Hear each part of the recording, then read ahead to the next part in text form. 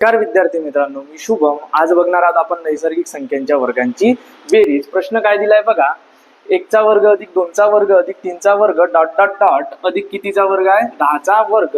म्हणजे आपल्याला 1 2 3 4 5 10 पर्यंत या सगळ्या कोणत्या संख्या दिसत आहेत, नैसर्गिक, आणि त्यांचा काय दिलाय वर्ग, त्याची काय करायची आहे बेरीज.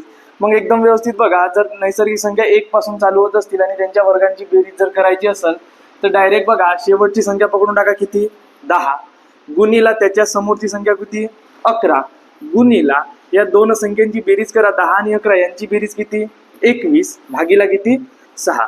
आता एकदम व्यवस्थित भाग देऊन द्या. 6 आणि 21 मध्ये कितीचा भाग जातो, 3चा.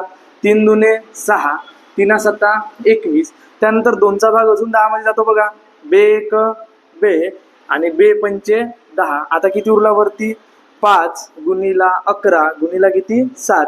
एकदम व्यवस्थित बघा, 11 5 55, 55 गुणीला किती 7.